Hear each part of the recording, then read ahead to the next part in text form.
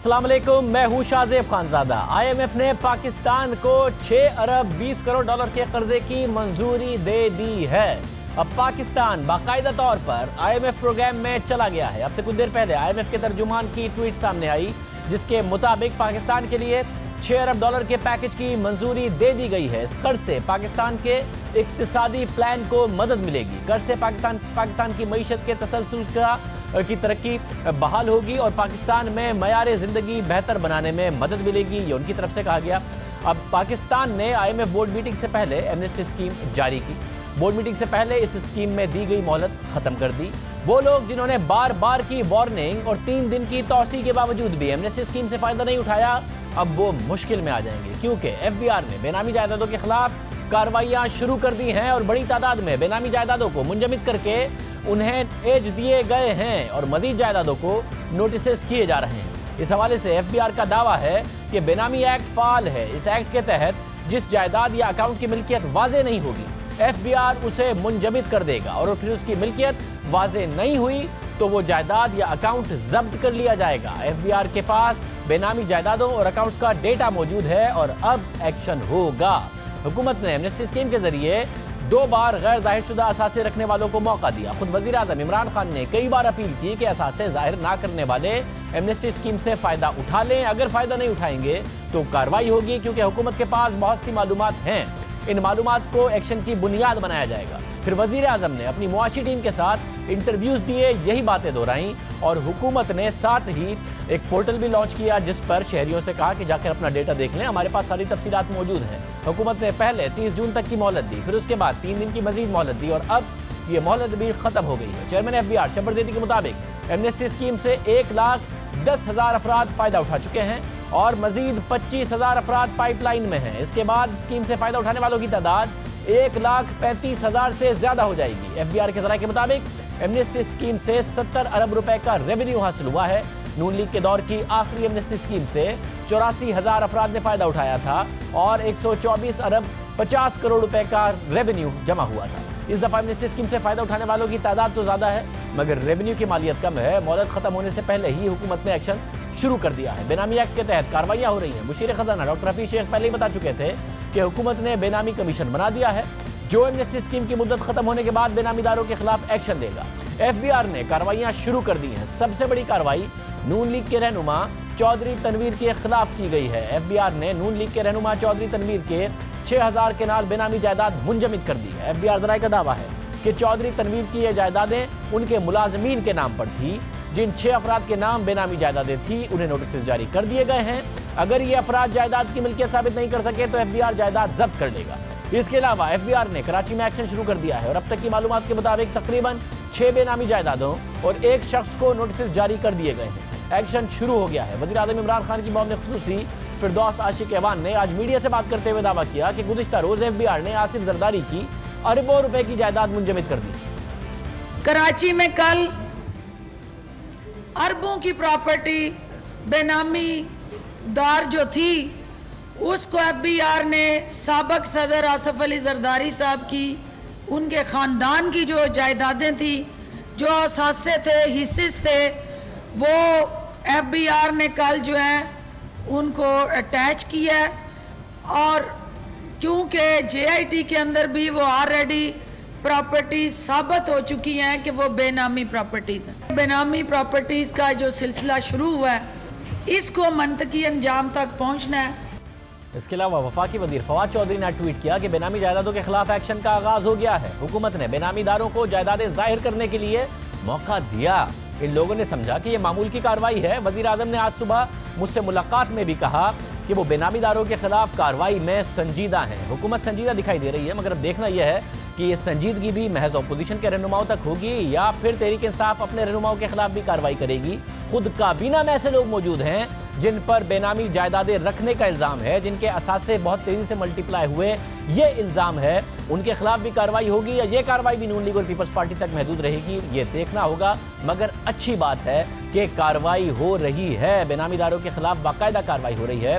बेनामी एक्ट के तहत कार्रवाइयाँ FBR कर रहा है। बेनामी एक्ट मंजूर हुआ था 2017 में, मगर मार्च 2019 में इसे नाफिज किया गया। बेनामी जायदाद और अकाउंट्स प्रॉपर्टी की ब्लैक मार्केट में इस्तेमाल होते हैं। जायदाद की असल मिल्कियत किसी और की होती है, मगर कागजात में इसकी मिल्कियत किसी और के नाम पर होती है, ताकि पूछगछ और छानबीन से बचा जा सके। बेनामी एक्ट के जरिए एफबीआर को इख्तियार होगा कि वो किसी भी मशकूक जायदाद या बैंक अकाउंट को जब्त कर सकता है। फिर जिस शख्स का बैंक अकाउंट या जायदाद होगी, उसे साबित करना होगा कि ये असासे उसके अपने हैं और उसकी आमदनी के मुताबिक हैं। अगर वो शख्स ये साबित नहीं कर सका तो उसे सजा होगी। बेनामी एक्ट के तहत बेनामी जायदाद रखने वाले शख्स को 1 साल की सजा होगी, जो 7 साल तक बढ़ सकती है। इसके अलावा उसे जायदाद की मार्केट वैल्यू का 25% तक जुर्माना अदा करना होगा। इसी तरह अगर कोई शख्स मुतालिका इदारों को गलत मालूमात फराहम करने का मुर्तकिब करार पाया तो कानून के तहत उसे कम अज कम 6 माह तक कैद की सजा होगी, जो 5 साल तक बढ़ सकती है, और जायदाद का 10% जुर्माना अदा करना होगा। इस एक्ट के तहत बेनामी जायदाद की निशानदही करने वाले शख्स को जायदाद का कुछ हिस्सा दिया जाएगा। अब एमनेस्टी स्कीम खत्म हो गई है और एक्शन शुरू हो गया है। इस हवाले से हम बात करेंगे।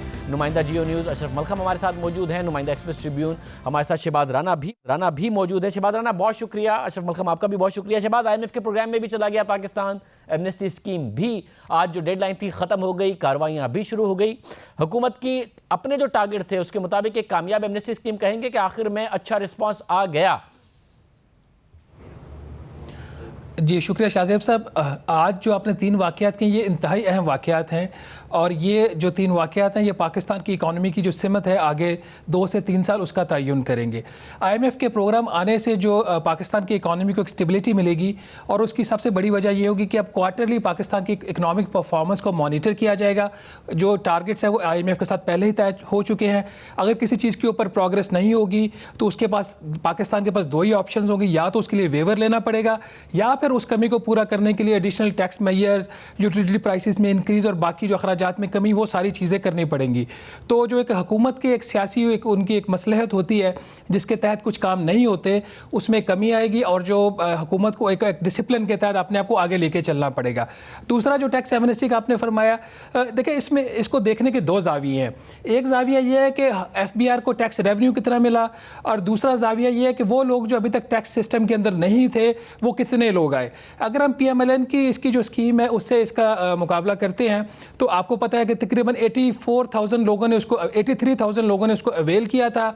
124 अरब रुपए का रेवेन्यू आया था, और कोई 25 खरब रुपए के जो असासे थे वो जाहिर किए गए थे। ये वो ज़्यादातर असासे थे जो, अगर आप पाकिस्तान की जो टॉप टियर के लोग हैं उन्होंने PMLN की टैक्स एमनेस्टी को अवेल किया था। अभी की जो स्कीम है इसमें 1,04,000 के करीब लोग प्रॉपरली उसको अवेल कर चुके हैं। 25,000 के करीब जो पाइपलाइन में है, जो शहबाज ज़ैदी साहब फरमा रहे हैं कि रात 12 बजे तक क्लियर हो जाएंगे, उसमें कुछ फ़ौरन है। 80% इसका डोमेस्टिक लोगों ने अवेल किया, और 20% जो है वो फॉरेन एसेट्स से रिलेटेड। इसमें जो अभी इनिशियल जो तखमीना सामने आया, क्योंकि अभी FBR ने अपने डाटा का एनालिसिस नहीं किया, वो ये है कि तकरीबन इसमें जो है 90,000 ऐसे लोग हैं जो पहले नॉन फाइलर थे, अब वो टैक्स सिस्टम के अंदर आ गए हैं। तो ये एक अच्छी चीज़ है। ये Tier 2 और Tier 3 के लोग हैं, जो मिडिल इनकम ग्रुप और अपर मिडिल इनकम ग्रुप, उससे रिलेटेड ये लोग हैं सारे। ये लोग अगर सिस्टम में आएंगे तो इससे आपका जो टैक्स नेट है वो ब्रॉडन होगा। अब आ जाते हैं इसके रेवेन्यू के ऊपर। रेवेन्यू जो तकरीबन 60 अरब के करीब या इनको अभी तक मिला है। जो कम रेवेन्यू मिला उसकी 2 बुनियादी वजूहात हैं। एक तो वजह यह है कि जो टैक्स का रेट था इस दफ़ा, पिछली दफ़ा 5 से 6% था, इस दफ़ा 1.5% से लेकर 4% तक का रेट था। और दूसरी ऑप्शन ये थी कि आप जो है डिले पेमेंट कर सकते हैं टैक्स की। और दूसरी जो वजह थी वो ये थी कि ये टॉप टियर के जो लोग थे वो नहीं थे, उसकी वजह से ये लोग जो है ना, जो अब टैक्स एमनेस्टी में आए हैं तो इनकी जो डिक्लेरेशंस की वैल्यू थी वो कम थी। एक चीज़ आपके लिए सरप्राइजिंग हो सकती है, जुमे को शायद हुकूमत ये डाटा रिलीज़ करे, ये एक पॉसिबिलिटी है, ये फाइनल नहीं है, पॉसिबिलिटी है कि जो असासों का जो वैल्यू है जो डिक्लेयर हुई है, जो ब्लैक मनी थी जो वाइट हुई है, उसका तखमीना शायद जो है वो जो पिछली एमनेस्टी थी 25 खरब रुपए उसमें वाइट हुए तो उससे ज़्यादा हो जाए। उसकी वजह यह है कि अगर जो प्रॉपर्टी जो थी एसेट्स डिक्लेयर करने वाली, उसका रेट सिर्फ 1.5% था, तो 1.5% के ऊपर इनको चूँकि टैक्स कम आएगा लेकिन प्रॉपर्टी की जो वैल्यू होगी ज़्यादा होगी, तो उस लिहाज से ये, इसलिए दोनों का जो कंपेरिजन किया जाए तो इतने बुरे हालात नहीं है। रेवेन्यू का हाँ, इनको इनका जो इंटरनल तखमीना था 150 अरब रुपया था, वो हुकूमत को 150 की बजाय तकरीबन 60 अरब रुपया मिलेगा। और अशरफ, और आप, क्योंकि मैं देख रहा था कि आप बाकायदा तौर पर बताते रहे कि FBR ने और हुकूमत ने किस तरीके से कार्रवाइयों का आगाज़ कर दिया है। एक संजीदगी आप देख रहे हैं कि अब बेनामी एक्ट के तहत बहुत तेज़ी से कार्रवाई होगी और वो होती नज़र आ रही है। जी, FBR का मूड बाज़ाहिर तो यही है कि सख्त तरीन कार्रवाई होगी और उस पर सख्त एक्शन को लेना पड़ेगा, जैसा कि बार बार उन्होंने रिपीट भी किया, इसके लिए बड़ी मैसिव मीडिया कैंपेन भी चलाई। लेकिन आज के अगर हम 2 एक्शन देखें, कराची में है, एक पिंडी में है, तो थोड़ा होता है बंदा कि 2 लोग हैं। एक कराची का एक बड़ा ग्रुप है जिसका नाम पहले भी आता रहता है, मुनासिब नहीं समझता लम्हे पे उसका नाम लिया जाए, लेकिन एक ही ग्रुप है जो पहले जिसकी बहुत ही प्रॉपर्टी डिस्क्लोज हुई हैं। दूसरा पिंडी में हुआ है, पिंडी में एक नाम ख़ास तौर पे है, नून लीग के रहनुमा है। अगर इसके साथ साथ कुछ शहरों से 1-2 नाम ऐसे PTI का या दूसरी पार्टी के आ जाते तो शायद ज़्यादा बहुत स्ट्रॉन्ग मैसेज आता है कि हुकूमत के खिलाफ पोलिटिकल कंसिडरेशन नहीं है, बल्कि प्योर एक्शन चाहती है उन लोगों के साथ जो टैक्स डिफॉल्टर्स हैं और साथ साथ जो बेनामी प्रॉपर्टी रखते हैं। उसमें थोड़ा सा आज सिर्फ 2 ही नाम सामने है। कराची का नाम अभी तक डिस्क्लोज नहीं किया गया, वो भी एक पॉलिटिकल पार्टी के सरबराह हैं। दूसरे पिंडी से एक चौधरी तनवीर हैं। चौधरी तनवीर एक बड़ा पुराना नाम है पिंडी का, मुस्लिम लीग नून के बड़े पुराने सपोर्टर हैं। सिर्फ 2 ही नाम हैं, लेकिन आज अभी एक्शन से जाहिर होगा, क्योंकि आज के दो स्टेप्स हैं। एक तो है जो टैक्स एवेजन करने वाले हैं, उसका डाटा नादरा की मदद से मिल गया FBR को कि कितने लोग हैं जो टैक्स एवेजन किए, उनका डाटा जो ट्रैवल तौर पे उनकी प्रॉपर्टी या बैंक ट्रांजैक्शन है उसकी मदद से FBR के पास पहले से है। बार बार FBR ये कह भी चुका कि हमारे पास ये डाटा मौजूद है। इस डाटा की बेस पे टैक्स एवेजन के नोटिस होंगे, उसकी बेस पे गिरफ्तारियाँ होंगी।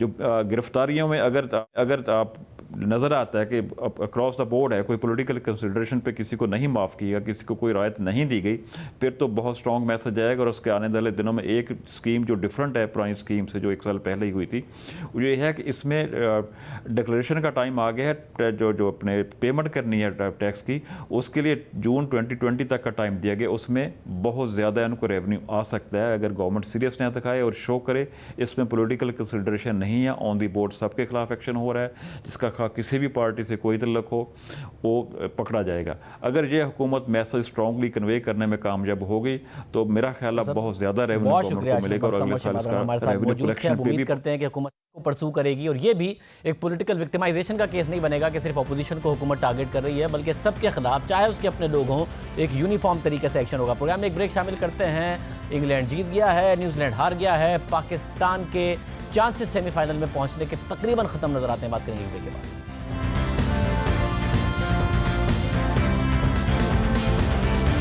न्यूजीलैंड इंग्लैंड से हार गया है और पाकिस्तान का मैच कल बांग्लादेश से है। इंग्लैंड पहुंच गया है सेमीफाइनल में। पाकिस्तान अगर कल जीत भी जाए बांग्लादेश से, पॉइंट्स 11 होंगे, मगर पाकिस्तान का रन रेट बहुत बुरा है। खासतौर से जो पहला मैच हारे थे वेस्ट इंडीज से, उसके बाद इतना बुरा हो गया था कि कहा जा रहा था कि न्यूजीलैंड इंग्लैंड से हारे तो बुरी तरीके से हारे, तकरीबन 220 रन से। और फिर पाकिस्तान बांग्लादेश को भी इसी मार्जिन से हरा है, तो फिर पाकिस्तान के चांसेस हैं, वरना इंग्लैंड का हारना लाजमी था। इंग्लैंड हारा नहीं है, न्यूजीलैंड उतनी बुरी तरीके से नहीं हारा। हमारे साथ अब्दुल रज़ाक मौजूद हैं, मोहम्मद यूसुफ मौजूद हैं, साथ में सिक्कू भाई मौजूद हैं। आप तीनों का बहुत शुक्रिया। यूसुफ भाई, इतनी बुरी तरह हरा पाएंगे हम बांग्लादेश को, या समझा जाए कि बस पाकिस्तान अब अनफॉर्चुनेटली बदकिस्मती से बाहर हो गया है वर्ल्ड कप से? तो नहीं आ रहा।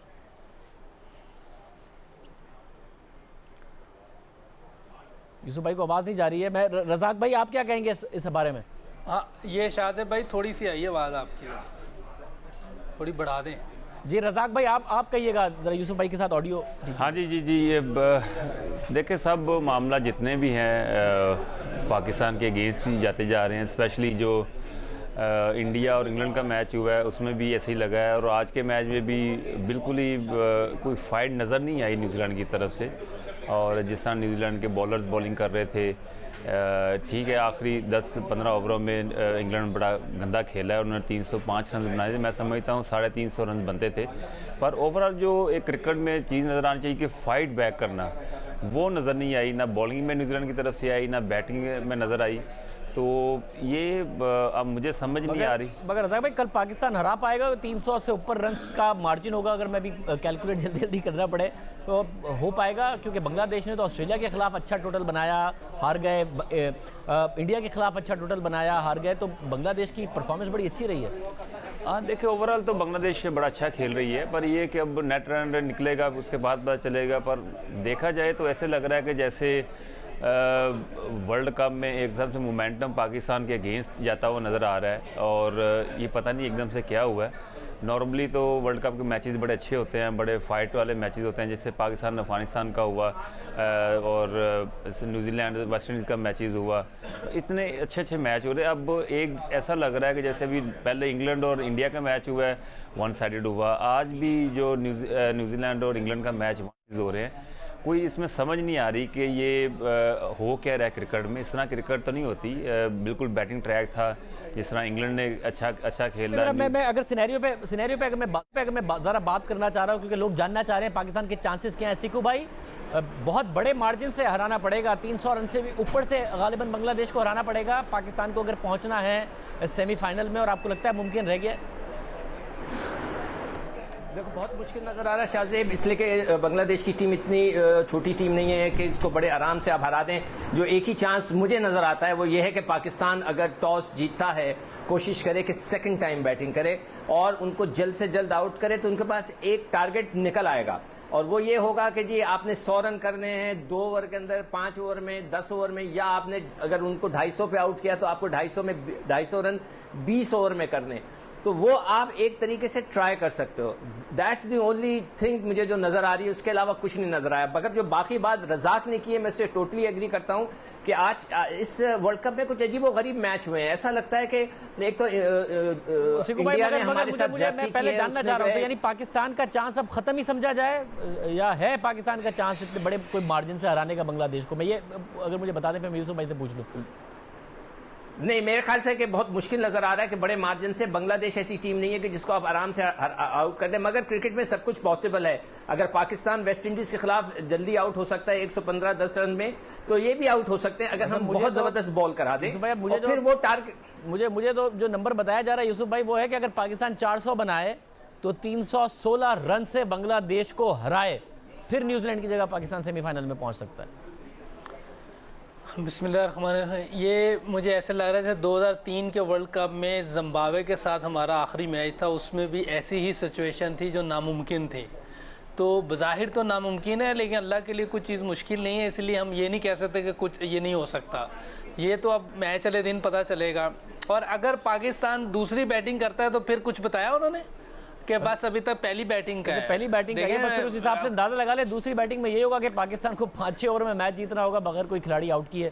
पहली बैटिंग का ऐसे ही है। तो ये देखें शाहजेब भाई, जो सच्चाई तो यही है कि पाकिस्तान बाहर हो गया है, इसमें तो कोई दूसरी राय लग नहीं रही।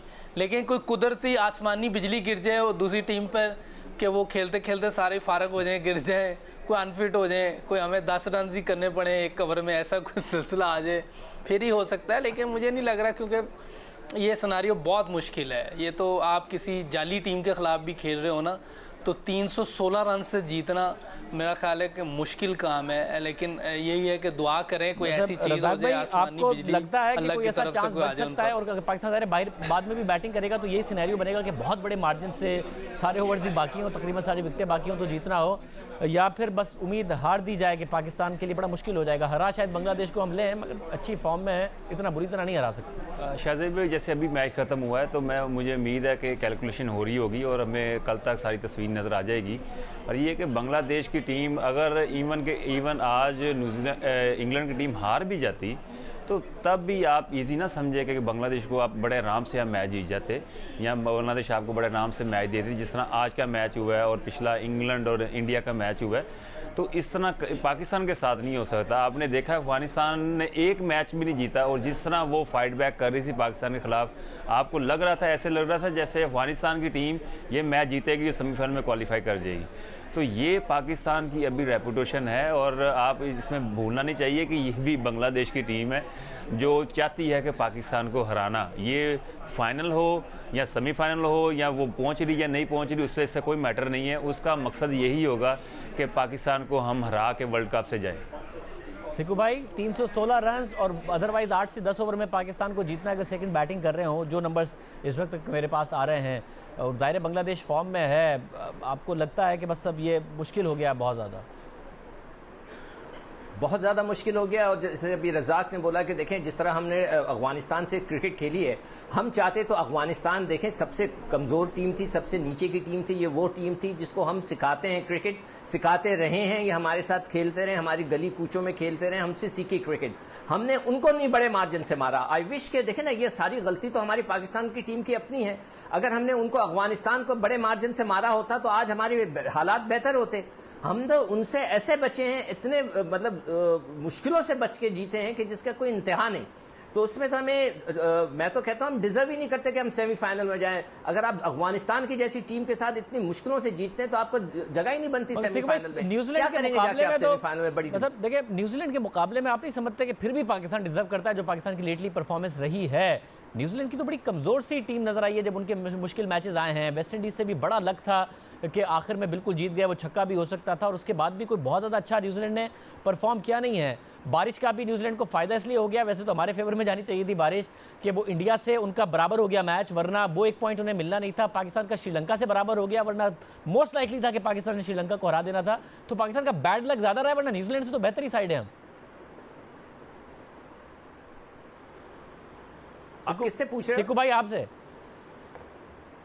अच्छा देखिए, आप शाहजेब आपने सारे मैचेस देखे, आप मुझे सिर्फ कोई एक ऐसी परफॉर्मेंस दिखाएं पाकिस्तान की टीम की अगर आपको याद हो कि जिसको देखकर हम कहेंगे वाह, पूरी दुनिया ने कहा हो कि यार इससे अच्छी परफॉर्मेंस नहीं हुई। कोई एक परफॉर्मेंस बता दें आप। इंग्लैंड के खिलाफ अच्छा खेले थे, इंग्लैंड के खिलाफ अच्छा खेले थे, वरना मुश्किल परफॉर्मेंस में तो देखे ना, भारत ने भी स्ट्रगल किया था अफगानिस्तान के खिलाफ, आखिरी ओवर तक गया। मैं तो न्यूजीलैंड और पाकिस्तान का कंपैरिजन कर रहा हूं। कोई ना, मैं that's what I am saying कि आप न्यूजीलैंड की तरफ से देखें, विलियमसन ने 2-3 लगा दिए, राइट। उसकी बैटिंग में वो तो अकेला खड़े होकर उसने मैच जिता दिया, एक तरफ से खड़े होकर। हमारी तरफ से तो किसी ने कुछ नहीं किया। एक बाबर आजम ने एक इनिंग खेली थी न्यूजीलैंड के खिलाफ ही, शायद उन्होंने रन्स करके जिताया। कोई एक परफॉर्मेंस, एक कोई आउटस्टैंडिंग चीज, कोई हैट्रिक, कोई बॉलिंग का फिगर, कोई जबरदस्त चीज, कोई चीज हमारी टीम ने नहीं की है। तो हम डिजर्व ही नहीं करते इस लिहाज से। मगर मैं एज अ पाकिस्तानी, आपको भी लगता है क्योंकि वो पहुंचे यूसुफ भाई, जरा सिक्कू भाई की राय है, आपको नहीं लगता न्यूजीलैंड से फिर भी बेहतर थे? इस दफा बारिश भी हमारे खिलाफ ही गई है। न्यूजीलैंड को भारत के साथ 1 पॉइंट मिल गया, हार जाती जिस किस्म की न्यूजीलैंड की टीम है। पाकिस्तान को श्रीलंका के साथ 1 पॉइंट मिल गया, श्रीलंका को हम हरा सकते थे। इस दफा बैड लक भी रहा है, वरना परफॉर्मेंस हमारी कहीं ना कहीं न्यूजीलैंड से तो बेहतर ही है बाद के मैचेस में। बिल्कुल सही कह रहे हैं कि बाद में न्यूजीलैंड तो बिल्कुल ही हल्की नज़र आना शुरू हो गई, कि वो एक मैच इंडिया के साथ जो उनका ड्रॉ हो गया बारिश की वजह से, और बाकी जो 3 मैच बड़े थे पाकिस्तान, ऑस्ट्रेलिया और इंग्लैंड के ख़िलाफ़, उनमें वो हार गए। वेस्ट इंडीज़ के ख़िलाफ़ वो ब्रेथवेट ले गया था मैच, वो बाउंड्री पे कैच हो गया, और पाकिस्तान को भी 1 पॉइंट श्रीलंका के ख़िलाफ़ मिला, बारिश हुई है। तो ये चीज़ें सारी मिल मिला के बैड लक तो रही है, लेकिन हम भी बेहतर नहीं खेले। अपना शाहजेब भाई, अपनी क्रिकेट भी हमारी वैसी नहीं थी जैसी होनी चाहिए। वेस्ट इंडीज़ से हम बुरी तरह आ रहे हैं, जिसकी वजह से एवरेज हमारी नीचे ही जाती रही।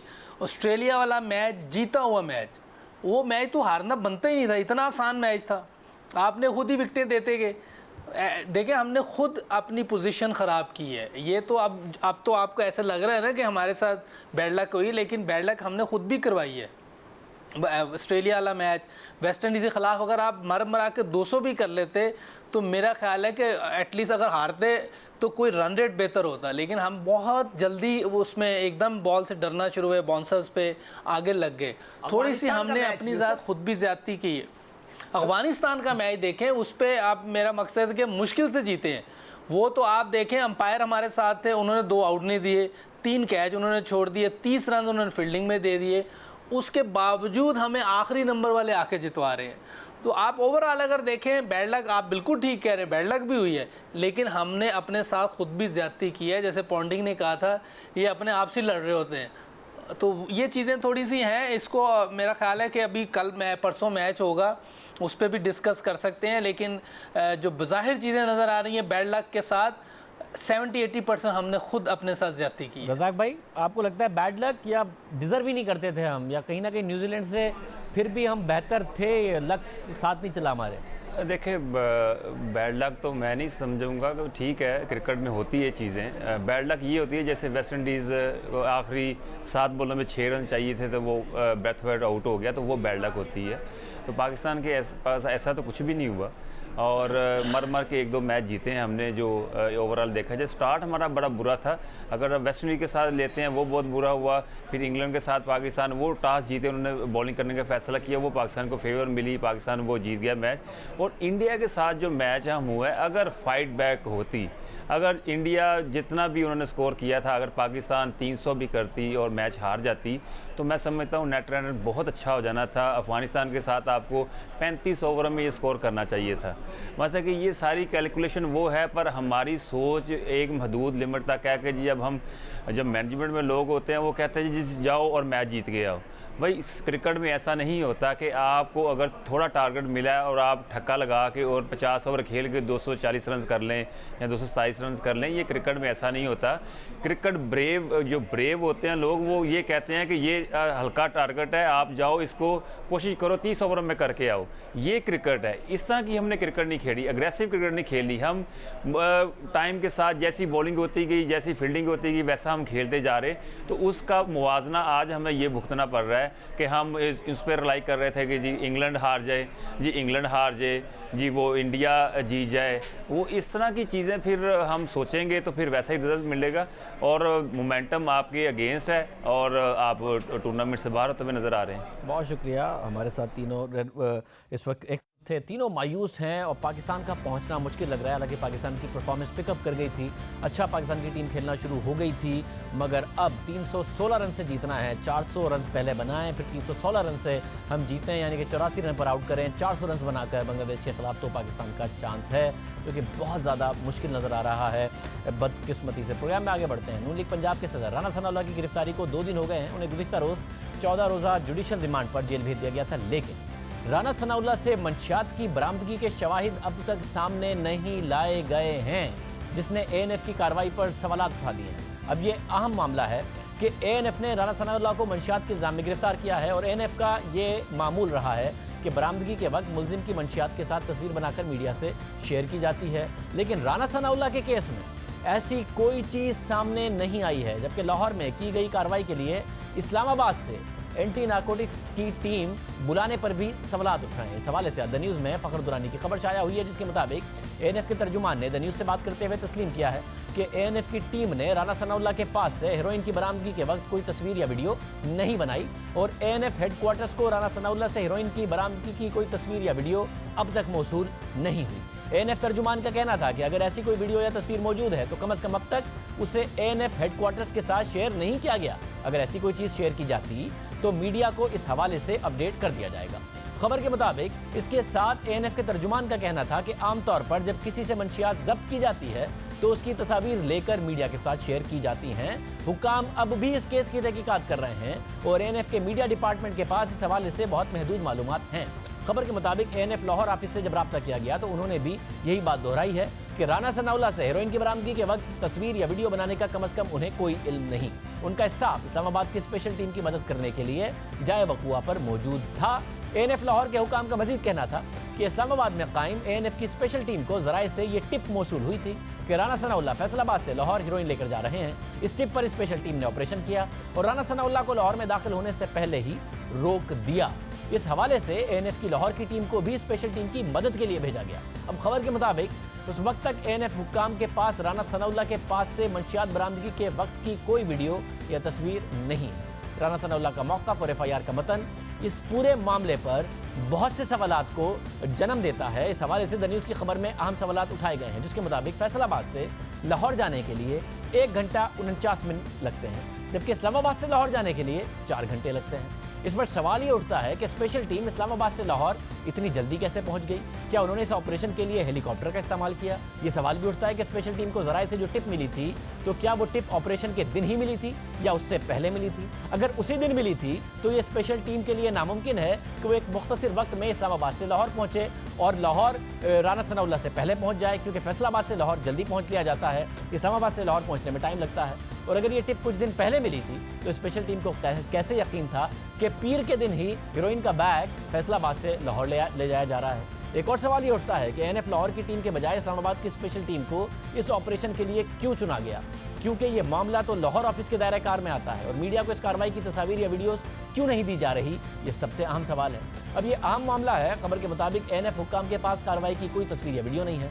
इस मामले से मुतालिक अभी तक तफसीलात सिर्फ एफआईआर की सूरत में सामने आई हैं, जो कि एएनएफ के डिप्टी डायरेक्टर उजैरुल्लाह की मुद्दत में दर्ज की गई है और उसमें दावा किया गया है कि राना सनाउल्लाह ने खुद हेरोइन की मौजूदगी को तस्लीम किया, उसकी निशानदही भी खुद की। लेकिन खबर के मुताबिक राना सनाउल्लाह उसकी तरदीद कर रहे हैं। इस मामले पर हम बात करेंगे। हमारे साथ राना सनाउल्लाह की अहलिया नबीला सना मौजूद हैं, साथ ही फ़खर दुरानी भी मौजूद हैं जिनकी ये स्टोरी है, उनसे भी हम बात करेंगे। नबीला सना साहिबा, बहुत शुक्रिया हमें शो में ज्वाइन करने के लिए। ज़ाहिर एक मुश्किल वक्त है आपके लिए, मगर कुछ सवालात हैं जो पैदा हो रहे हैं और आपकी राना सनाउल्लाह साहब से मुलाकात हुई है। एक तो वर्जन एफआईआर का है जिसमें बताया गया कि बैग मौजूद था, वो बैग राना सनाउल्लाह साहब ने खुद ही उसकी जिप खोली और ख़ुद ही बताया नीले रंग का वो बैग कहा जा रहा है और ये कहा जा रहा है कि उन्होंने इतराफ़ किया। इस हवाले से जो आपकी मुलाकात हुई तो उसमें राना सनाउल्लाह साहब ने आपको क्या बताया है कि जो उनके बैग से मंशियात मिली और उनके ऊपर जो इल्ज़ाम है, क्या हुआ उसमें? वो इस तरह हुआ कि जब इन लोगों ने मुझे मिलने तो दे नहीं रहे थे, तो तकरीबन जो उनका कैंट ऑफिस है ना, तो वहाँ पे हम लोग तकरीबन 5-6 घंटे बैठे रहे। तो उन्होंने फिर जब मैंने बहुत ज़्यादा फोर्स किया तो फिर उन्होंने मुझे तकरीबन उन्होंने कहा कि हम सिर्फ आपको 5 मिनट के लिए अंदर लेके जाएंगे। तो अंदर जाके गए तो ऊपर सीढ़ियाँ चढ़ के काफ़ी सारा चढ़ के ऊपर तो एक उनके ऑफिस था, तो वहाँ पर मैं अंदर गई तो एक साइड पर राना साहब बैठे हुए थे, तो उनके साथ ही तकरीबन 5-6 आदमी बैठे हुए थे। तो जब मैं गई तो उन्होंने कहा कि आपने इनके साथ वाली चेयर पे नहीं बैठना, सामने वाली में बैठना है। तो मैं अपने ध्यान से मैंने कहा नहीं, मैंने इनके साथ ही बैठना है। मैं जब वहाँ बैठी तो मुझे राना साहब ने नहीं कुछ भी बताया। उन्होंने मुझे पूछा कि खैरियत है, किसके साथ आई हो ऐसे। तो इन्होंने कहा राना साहब बताए ना कि बाजी को आपको हीरोइन भी मिली है आज आपसे। कहते हैं इनसे 15 किलो हीरोइन मिली है और इनकी गाड़ी से मिली है। तब राना साहब बोले कि नहीं ये झूठ है, ये मेरी गाड़ी से नहीं मिली, ये जब हम लोग इस ऑफिस में आके बैठे हैं तो आपने मेरे टेबल के पास ला के रखी है और आपने तब कहा है कि ये राना साहब आपका बैग है। आपने कहा नहीं ये मेरा बैग नहीं है। तो नहीं राना साहब ये आपका ही बैग है। इन्होंने कहा नहीं मेरा बैग नहीं है। उन्होंने कहा नहीं हम आपने आपकी गाड़ी में से निकाला है। तो इन्होंने कहा जब ये मेरी गाड़ी में से निकला है तो आधा पौना घंटा आप लोगों ने मुझे गाड़ी में बिठा के रखा है टोल प्लाजा पे, तो आपने तब क्यों नहीं बताया मुझे? तो कहने लगे नहीं राना साहब यही आपकी है, आपकी ऐसे करते रहे। तो मैंने राना साहब को कहा कि मैंने कहा कि ये ऐसी बात है कि आपने इनकी किसी बात पे नहीं डरना और ना हमें डरने की। राना साहब ने कहा नहीं इंशाल्लाह हमें कोई ज़रूरत नहीं है डरने की। इसके बाद उन्होंने कहा नहीं राना साहब हमने तो आपकी डिग्गी खोली नहीं। राना साहब ने कहा कि मेरी बुलेट प्रूफ गाड़ी है, जब वो दोनों डिग्गियाँ दरवाजे खुलते हैं ना तो मुझे पता चल रहा था, और जब मुझे आपने वेट दिया ना, टिशू दिया आगे, तो इसका मतलब कि आपने पीछे खोला था तो आपने मुझे दिया ना। उसके बाद ये सब चुप कर गए।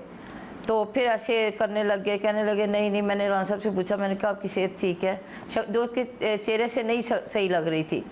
तो जब मैंने उनको फोर्स किया, मैंने कहा आप शुगर चेक करें, तो वो था उनके पास किलोमीटर था। तो उन्होंने जब चेक किया तो 180 थी उनकी शुगर ना, जो कि सुबह से उन्होंने कुछ नहीं खाया हुआ था 3 बजे से। तो जब वो ब्लड प्रेशर चेक किया, उन्होंने ब्लड प्रेशर के लिए एक आदमी बुलाया, तो बीपी भी उनका काफ़ी शूट किया हुआ था, जो कि नॉर्मली उनका लो ही रहता है, ज़्यादा हाई नहीं होता। मेडिसिन थी जो ख़त्म हो रही थी, वो भी मैंने उनको कहा, मैंने कहा मैं सुबह आपको भेज दूंगी, जो कि मैं कल भी गई हूँ, मैं आज भी गई हूँ। उन्होंने ये वो मेडिसिन राना साहब को नहीं पहुँचाई। खाना लेके गई हूँ, खाना नहीं लेके दिया। उन्होंने राना साहब के लिए करबला बना दिया हुआ वहाँ पे, और वो उस करबला में भी ना इंशाल्लाह वो बड़े बावकार और बड़े हिम्मत से बैठे होंगे वहाँ पे। मतलब मगर ये बताइएगा, क्योंकि आप जो बात बता रही हैं वो एफआईआर के बरक्स है। एफआईआर की थी उन्होंने खुद ने निकाल के दिया, और आप कह रहे हैं राना सनाउल्लाह साहब ने उनके एहलकारों के सामने कहा कि भाई मुझे तो ना गाड़ी में बताया, बाद में वहाँ लाके अब ये बताया गया उन्हें। नीले रंग का बैग था एफआईआर कहती है। आपने नीले रंग का बैग देखा कि राना सनाउल्लाह साहब कैरी करते थे या वो लेके जाते थे? कोई नहीं, बैग था उनके पास, जो उनकी ज़रूरत की चीज़ें थी ना जिसमें, वो बैग था उनके पास ग्रे कलर का। ग्रे कलर इसलिए कि मुझे शुरू से आदत है कि जो उन्होंने जिधर मूव करना है ना, उनकी मेडिसिन, उनके कपड़े, उनकी हर ज़रूरत की चीज़ गाड़ी में मैंने रख देनी होती है। तो फिर मैंने तो कोई ना गाड़ी में बैग देखा है और ना कोई ऐसी चीज़ देखी। जब परसों राना सनाउल्लाह साहब निकल रहे थे तो तब भी आपने खुद गाड़ी में सामान रखवाया था? बिल्कुल मैंने खुद रखवाया सामान सारा। तो एनएफ के लोगों ने उस बैग के हवाले से आपसे क्या बात की? जब ये सारी की सारी बात हो रही थी, आप बोली या क्या उन्होंने आपसे क्या कहा? वो बता रहे थे कि राणा साहब के से बैग मिला है हमें, वो ये नहीं कह रहे थे कि गाड़ी में से मिला है। उन्होंने कहा बाजी बहन आपको पता है राणा साहब से हमें बैग मिला है, उसमें हीरोइन थी। उन्होंने ये मुझे कोई नहीं बताया कि कौन सा कलर था और क्या था। उन्होंने ये भी नहीं कहा कि गाड़ी में से मिला है। उन्होंने कहा कि राणा साहब का बैग मिला है हमें एक, और राणा साहब बिल्कुल डिनाई कर रहे थे कि ये बैग मेरा नहीं है। और राणा साहब ने एक और बात उन्हें की कि मैं आपकी बात पे किसी बात को मानूंगा नहीं, किसी बात पे। और ये बात उन्होंने मुझे भी की कि फ़िक्र नहीं करनी, कोई ऐसी चीज़ इनको ना मेरी गाड़ी में से मिली है और ना कभी इंशाल्लाह मिल सकती है। मुझे अल्लाह पे पूरा यकीन है, जब हमने किया ही कुछ नहीं है तो सिवाय अल्लाह से मैं किसी से नहीं डरती हूँ। और इंशाल्लाह ये सारी चीज़ें मैंने राणा साहब से सीखी हैं, वो भी नहीं किसी से डरते और ना इंशाल्लाह डरेंगे सिवाय अल्लाह के। ये जो मर्ज़ी कर ले। और भाई एक मैं और आपको बात बता दूं, ये रिपोर्ट जो है मेरे पास पड़ी हुई, ये रिपोर्ट जो है ना ये मैं आपको भी भेजूंगी। ये जो कह देते हैं ना इधर जेल की बात आती है और इनको बीमारियां आ जाती हैं, तो ये खुदा का खौफ करें, ये बीमारी किसी के भी ऊपर आ सकती है। मुझे आज थोड़ा सा पता चला है कि उन्होंने राणा साहब के ऊपर हमला करना है जेल के अंदर। अगर इस तरह की कोई बात हो गई तो ये मैं जियो को भी, मैं सबको गवाह बना के और अल्लाह को गवाह बना के कह रही हूँ, इस तरह का जुल्म तो अल्लाह मियाँ इंशाल्लाह हमारे साथ सच्चे बंदों के साथ करता नहीं है। ये सफाई मैंने देनी नहीं है इंशाल्लाह, लेकिन चलें अगर ये बंदों ने किया है ना, लोगों ने किया हमारे साथ, तो अल्लाह बचाने वाला है। और जो रात कब्र की है ना वो कब्र में ही आनी है, वो ना इमरान खान कर सकता है ना कोई और कर सकता है। तो बस ये है कि अगर खुदा ना खास्ता राणा साहब को कुछ हुआ तो ये FIR मैं इमरान खान के नाम करवाऊँगी। और मैं ये इमरान खान ये मत भूल जाए कि ये औरत जात है, ये मैं औरत जात नहीं हूँ। ये राना सनाउल्लाह बैठा आप लोगों से बात कर रहा है और ये मैं छोड़ूंगी नहीं किसी को भी। और ये जो करबला बनाई हुई है ना, आज मैंने उनकी इतनी मनती की कि आप थोड़ा सा ये पानी कम से कम, चले सालन नहीं देना आपने, ये टिफ़न नहीं देना, कुछ नहीं देना, ये पानी की बोतलें उनको दे दें। तो उनको जेल में ये कहा जा रहा है कि आपके घर वाले आपके लिए लेके कुछ नहीं आ रहे। इससे बड़ा मुझे नहीं लगता कि कोई जुल्म हो सकता है। राना सनाउल्लाह साहब ज़रा अकेले नहीं गिरफ्तार हुए हैं, मुलाजमीन भी गिरफ्तार हुए हैं। तो मुलाजमीन के हवाले से कोई ऐसी बात कही गई हो, जब आप खुद कह रहे हैं कि आपने ही सामान रखा था, ग्रे कलर का बैग होता है, FIR ब्लू कलर का बैग कह रही है नीले रंग का था, FIR कहती है राना साहब ने खुद ने खोला, आप कह रहे हैं राना साहब ने उनके सामने कहा कि भाई ये तो आपने मुझे जब गाड़ी में बैठे हुए भी नहीं कहा कि मेरी गाड़ी से बैग निकला है, मुझे गिरफ्तार करके ले आए, बाद में ये बातें कर रहे हैं। तो जो मुलाजमीन के हवाले से, लोगों के हवाले से कोई बात कही गई हो? हाँ जी, मुझे उन्होंने कहा कि बाजी आप अपने मुलाजमों को चेक कर लें। मैंने कहा नहीं, जैसे मेरे बच्चे हैं ना वैसे ही मेरे मुलाजम हैं। मुझे अपने मुलाजमों पे राना साहब ने जैसे अपने बच्चे रखे हुए हैं ना, तो उनसे ज़्यादा अपने मुलाजमों का ध्यान रखते हैं। वो मेरे मुलाजम को कोई किसी किस्म का अल्लाह के हुक्म से कोई इस तरह की वो चीज़ ना कर सकते हैं ना कर सकते हैं। लेकिन मैंने उनको ये कहा था कि मुझे कह रहे थे कि जो आपके घर में फुटेज है ना उसको चेक करें। तो भाई जिस दिन मैं उनको बता के आई हूँ ना कि ये फुटेज, मैंने कहा चलें वो मैं भी जाके चेक कर लूँगी फुटेज, और जो आपकी फुटेज है ना जहाँ से आपने बैग निकाला था वो भी मुझे दिखाना। तो वो फिर एकदम चुप कर गए, उन्होंने तो कोई बात नहीं की।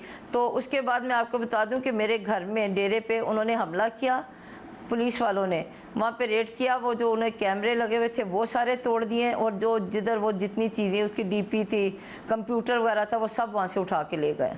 मुझे कल एक अननोन नंबर आया था, तो मैं समझी शायद बाहर से फैमिली मेम्बर हैं, किसी ने ऐसे किसी कार्ड से या वैसे कर दिया होगा। तो मैं हेलो हेलो कर रही थी, तो उन्होंने मुझे बस थोड़ा सा ना, मैं 2-3 दफ़ा हेलो किया तो कोई नहीं बोला। उसके बाद मुझे उन्होंने ये कहा कि तेनू असी मना बार बार कर रहे हैं, तेरी समझ नहीं आ रही गल, तू मीडिया ते तू इस तरह गल करनी बंद कर। और जैसे उसने बात की वो वैसे ही मैंने पंजाबी में जो मेरे मुंह में आया मैंने बोला उनको। उसने फ़ोन बंद किया, मैंने फ़ोन बंद नहीं किया, इसलिए कि मैं डरने वाली बिल्कुल भी नहीं हूँ। और आज भी सारा दिन मैं अकेली फिरती रही हूँ, जो करना है लोगों ने वो कर ले हमारा। बहुत शुक्रिया नबीला सना। हमारे साथ मौजूद थी अहलिया हैं राना सनाउल्लाह साहब की, वो बता रही हैं एक अलग अहवाल। फ़खर दुरानी हमारे साथ मौजूद हैं। फ़खर, बहुत शुक्रिया, आपकी स्टोरी है, ज़रा आपने कल इस पर तहकीकात की होंगी, फिर स्टोरी फाइल की होगी, आज पब्लिश हुई, बहुत अहम सवालात आपने उठाए हैं। ऑपरेशन लाहौर में था, टीम इस्लामाबाद की थी, टिप पहले मिली बाद में मिली, कुछ ऑपरेशन रीजन इसके ज़रूर हो सकते हैं, मगर तस्वीर क्यों नहीं अभी तक आ रही? जो कुछ बरामद हुआ, आमतौर पर ANF जारी करता है, कुछ आपको अपने सवालात के जवाब मिले जो आपने अपनी स्टोरी में उठाए? शाहजेब साहब, मैंने ये कल भी उनसे बारहा रब्ता किया ANF वालों से हेडक्वार्टर में। उस टाइम भी उन्होंने कहा कि हमें जितनी इन्फॉर्मेशन दी जा रही है, जो कंसर्न ऑपरेशन के मुताल्लिका लोग हैं, हम वही मीडिया को प्रोवाइड कर सकते हैं। उसके अलावा ना हम कुछ आगे मज़ीद आपको इन्फॉर्मेशन दे सकते हैं, ना हम कोई स्पेकुलेशन पे इस तरह की बात करना चाहेंगे। हमने उनसे ये भी पूछा कि नॉर्मली तो आप हर कोई भी इस तरह की कार्रवाई होती है तो फ़ौरन ना सिर्फ वीडियो आप लोग मीडिया में नशर करते हैं बल्कि फ़ोटोज़ भी आप देते हैं मीडिया को, तो इस कार्रवाई में ऐसा क्यों नहीं किया गया? ये एक हाई प्रोफाइल केस था, एक पॉलिटिकल पार्टी के प्रोविंशियल सदर थे, तो ऐसा इसमें क्या ऐसा हुआ जबकि आप सारी प्लानिंग के साथ ये कार्रवाई कर रहे थे, तो क्या वीडियो या फ़ोटो नहीं बनाई गई? तो उन्होंने कहा हमारे पास हेडक्वार्टर में अभी तक कुछ नहीं मिला, अगर मिलेगा तो हम मीडिया में शेयर कर देंगे। फिर हमने रब्ता किया लाहौर की टीम जो थी, जो इनको असिस्ट कर रही थी, उनसे भी रब्ता किया कि उनसे पूछ सकें इस हवाले से कोई फ़ोटो हो या कोई वीडियो वगैरह उन्होंने बनाई हो। तो लाहौर वालों ने भी क्लियरली बताया कि हमने ऐसी कोई वीडियो वगैरह नहीं बनाई, हम तो सिर्फ असिस्ट कर रहे थे। सारी जो इस कार्रवाई को लीड कर रही थी वो इस्लामाबाद की स्पेशल इन्वेस्टिगेशन सेल की जो टीम थी वो कर रही थी, और वो इस्लामाबाद से आए थे और उन्होंने सारी कार्रवाई की। बहुत शुक्रिया फ़खर दुरानी, इस हवाले से मज़ीद तफसीलात दे रहे थे। अभी तक जो सवालात उठाए गए हैं उनके जवाब नहीं मिल रहे हैं। FIR कुछ और कह रही थी। राना सनाउल्लाह साहब ने ANF के हुक्काम के सामने एक अलग स्टोरी बताई है जो उनकी अहलिया शेयर कर रही थी। एक कॉम्प्लिकेटेड केस नज़र आता है, उम्मीद करते हैं कि इसकी एविडेंस सामने आए, जो भी इल्ज़ामात लगाए गए हैं, और इसको फेयरली ये आगे भी बड़े प्रोग्राम में ब्रेक शामिल करते हैं और आम खबर इस पर बात करेंगे।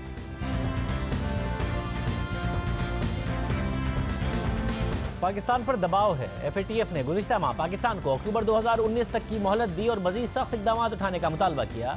इन इक़दाम को देखते हुए FATF अक्टूबर में फैसला करेगा कि पाकिस्तान का नाम ब्लैक लिस्ट में जाएगा या ग्रे लिस्ट में रहेगा या ख़तरे से बाहर आ जाएगा। पाकिस्तानी हुक्काम इस हवाले से मुतहर्रिक हैं और अहम इक़दाम उठाए जा रहे हैं। पहले हुकूमत ने कलअदम जमातों के असासों को अपनी तहवील में लिया, उनके ज़ेर इंतज़ाम फलाही इदारों को सरकार के इंतज़ाम में दिया, इन जमातों के अहम रहनुमाओं को नज़रबंद किया और अब इन रहनुमाओं के खिलाफ दहशतगर्दों की माली मामलत से मुतालिक मुकदमा दर्ज किए जा रहे हैं। ये अहम पेशरफ्त है। CTD के मुताबिक जमात-उद-दावा, लश्कर तैयबा और फलाह इंसानियत फाउंडेशन की आला क़यादत के खिलाफ टेरर फाइनेंसिंग के जरिए असासे बनाने के इल्ज़ाम में 23 मुकदमा दर्ज किए गए हैं। CTD पंजाब के ज़राए के मुताबिक बड़े पैमाने पर तहकीकात शुरू कर दी गई हैं और इन अफराद के खिलाफ इंसदादी दहशतगर्दी की अदालतों में कार्रवाई होगी। इस पूरे मामले की सबसे अहम बात यह है कि इन मुकदमात में जमात-उद-दावा की आला क़यादत का नाम शामिल है, जिसमें से एक नाम हाफिज सईद का भी है जो जमात-उद-दावा के सरबराह हैं। 1 जुलाई को दर्ज होने वाली FIR जो सरकार की मुद्दत में दर्ज की गई है, इसके मुताबिक हाफिज सईद, मोहम्मद अयूब शेख, जफर इकबाल, सैयद लुकमान अली, हाफिज अब्दुल रहमान, अब्दुल सलाम, अब्दुल गफ्फार और अब्दुल कुद्दूस ने कलअदम तंजीम के ट्रस्टी होने की हैसियत से पाक पतन में ज़री इराज़ी को अपने दहशतगर्दाना मकासद के लिए हासिल किया, अपने कब्जे में रखा। इसके ज़रिए फ़ंड इकट्ठा करके दहशतगर्दों की माली मुआवनत की, जबकि CTD के मुताबिक फलाही इदारों के नाम पर जायदादें हासिल करने, चंदा जमा करने और इन पैसों से दहशतगर्दों की माली मुआवनत करने के 23 मुकदमा दर्ज किए गए हैं। अब ये बड़ी अहम पेशरफ्त है। हमारे साथ जाहिद गिशकोरी मौजूद है। जाहिद, बहुत शुक्रिया। जाहिद, क्या इक़दामात हैं, काफ़ी बड़े इक़दामात हैं जो कि पाकिस्तानी हुकाम की तरफ से लिए गए हैं, क्या मज़ीद तफसीलात हैं इसकी? जी शाहजेब, ये 9 महीने से सिलसिला शुरू किया गया है 4 कालादम तंजीमों के खिलाफ। काउंटर टेररिज्म डिपार्टमेंट और दूसरे जो इंटेलिजेंस एजेंसीज़ हैं पंजाब में, उसमें कुल मिला के तकरीबन 223 लोगों को जिनका इन कालादम तंजीमों से ताल्लुक़ है गिरफ़्तार किया गया है और जमात-उद-दावा, फलाह इंसानियत फाउंडेशन और लश्कर तैयबा पर एक फ़ोकस रखा गया है। 541 प्रॉपर्टीज़, जायदादें जो मुख्तलिफ थी पूरे पंजाब में, उनको अपनी तहवील में लिया गया है। इसकी कुल मजमूई जो मालियत है वो 4 अरब से ज़्यादा है और बिलखसूस मुरीद को भी अपनी कस्टडी में लिया गया है। इसके अलावा 43 केसेस मुख्तलिफ फ़ाइल किए गए हैं। जो आज सबसे अहम पेशरफ्त ये है कि पहली दफ़ा जो जमात-उद-दावा की 7 अहम तरीन लीडर्स हैं उनके ख़िलाफ़ टेरर फाइनेंसिंग, टेररिज्म और दूसरे केसेस फाइल करने का फ़ैसला किया गया है।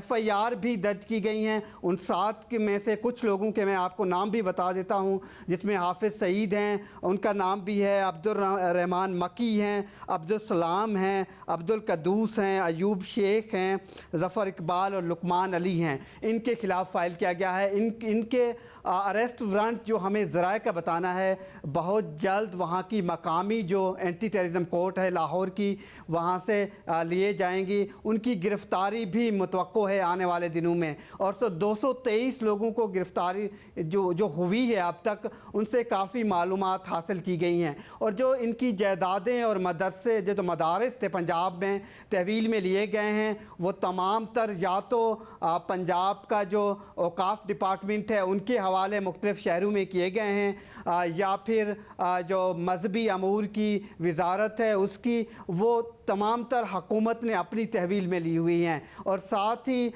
जो 134 अफराद हैं जिनका नाम स्केजुअल 4 पे था, A+ कैटेगरी में, यानी कि वो रियासत पाकिस्तान के लिए एक उसकी सिक्योरिटी के लिए ख़तरा हैं, उनकी भी गिरफ़्तारियाँ की गई हैं। उनमें से 12 अफराद का ताल्लुक़ जो है वो जैश ए मोहम्मद से है। तकरीबन 13 जो अफराद बताए जा रहे हैं वो लश्कर जंगवी और मुख्तलिफ और कालादम तंजीमें हैं। तो इस तरह से अब ये क्रैकडाउन पंजाब से आगे भी निकला है। जो हमें ज़राए ने बताया है, लश्कर तैयबा या फिर जो जमातुद दावा है और फलाह इंसानियत फाउंडेशन सिंध के अंदरूने सिंध तक पहुंचा है। वहाँ पर CTD सिंध ने भी इसके ख़िलाफ़ कार्रवाई शुरू की है और उनकी जो तमाम मसाजिद हैं या मदरसाज हैं वहाँ पर वो भी जल्द तहवील में लेने का फ़ैसला किया गया है। तो ये सारा कुछ FATF के लिए पाकिस्तान, जो हमें ज़राए का बताना है, कोशिश कर रहा है कि जो टेरर फाइनेंसिंग है इसको मुकम्मल तौर पर रोका जाए या कोशिश की जाए, जिससे इन्होंने तमाम तंजीमों को कालादम भी करार दिया। तफसीलात बता रहे थे। प्रोग्राम के आखिर में जिक्र हो जाए, साबिक सदर आसिफ अली जरदारी के खिलाफ रेफरेंस की मंजूरी दे दी गई है। नैब के मुताबिक चेयरमैन नैब के ज़ेर सदारत एग्जीक्यूटिव बोर्ड का इजलास हुआ, जिसमें 4 रेफरेंसेस दायर करने की मंजूरी दे दी गई है। उनमें से एक रेफरेंस आसिफ जरदारी के खिलाफ है। नैब एलामिया के मुताबिक एग्जीक्यूटिव बोर्ड के इजलास में आसिफ जरदारी और दीगर के खिलाफ बदउनवानी का रेफरेंस दायर करने की मंजूरी दी गई है और मुल्जिमान पर मुबैना तौर पर जाली अकाउंट्स के जरिए बदउनवानी का इल्ज़ाम है, जिससे कौमी खजाने को मुबैना तौर पर 3 अरब 77 करोड़ रुपए का नुकसान पहुंचा है। ये वही केस है जिसमें गुज़िश्ता रोज़ ही नैब ने आसिफ जरदारी को गिरफ्तार किया था। अब रेफरेंस दायर होगा। अहम बात है कि JIT ने इस केस में बिलावल भुट्टो का नाम भी लिया था और बिलावल इस केस में नैब के सामने पेश भी हो चुके थे, मगर अब दावा सामने आ रहा है कि जरदारी साहब के खिलाफ अब रेफरेंस दायर होने जा रहा है। आज के प्रोग्राम में इतना ही। आपसे कल के प्रोग्राम में मुलाकात होगी। अल्लाह।